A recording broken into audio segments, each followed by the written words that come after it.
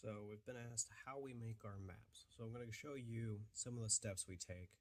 Now in some cases our maps start out on pen and paper and they're just simplistic, they're easy, and then we'll bring them over to Lightburn on the computer and we'll trace them out on there and we'll do the artwork on the computer. The more complicated ones we will use the iPad, right, and we'll draw them out.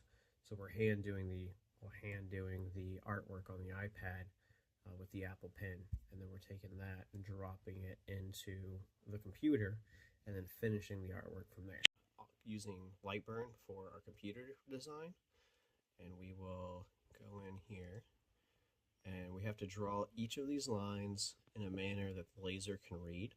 So if we're taking artwork that's been digitally done through the iPad, we can just drop that in here, trace around it, and then make sure that all of our lines are a path that the laser can follow so it can transfer it. Make sure that this is going to get cut out, this is just going to get engraved, this is going to get lined. So after we do the work on the computer and finish everything up in Lightburn, the next step is to transfer the artwork over to the wood. And to do that, we use a laser. This is a laser CNC machine. And right now it is doing just that. It is transferring the artwork over to the wood.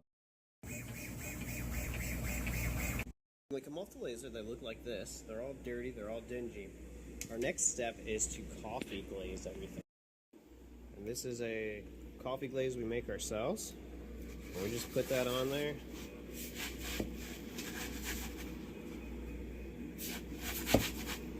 Next step after everything gets cut out is to stain it and color it. So we'll go ahead and do that.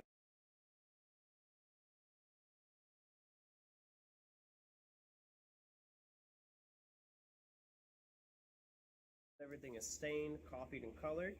It has to dry. We usually let it dry overnight so it's completely dry before we start sanding. So we're going to let it dry and then we're going to sand it. The whole map laid out here where everything is going to go. And then the next step is to glue all these pieces in place so it's all laminated together. We're going to use some pin nails to help hold everything down as it dries. And then we've got to go through and make sure that all the little puzzle piece holes are cleaned out of glue. So we'll see you guys when it's all glued up. So once the map's dried from being glued up, we go in, we put a clear coat over the whole thing, and here's a clip of me doing that.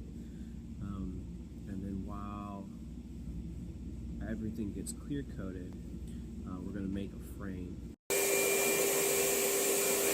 clear coat is drying, we're going to pick out some red oak, and we're going to make a frame for that real quick. And then we're going to stain that, clear coat that. We're going to put the two together, and then here's the final shots what that looks like when it's done.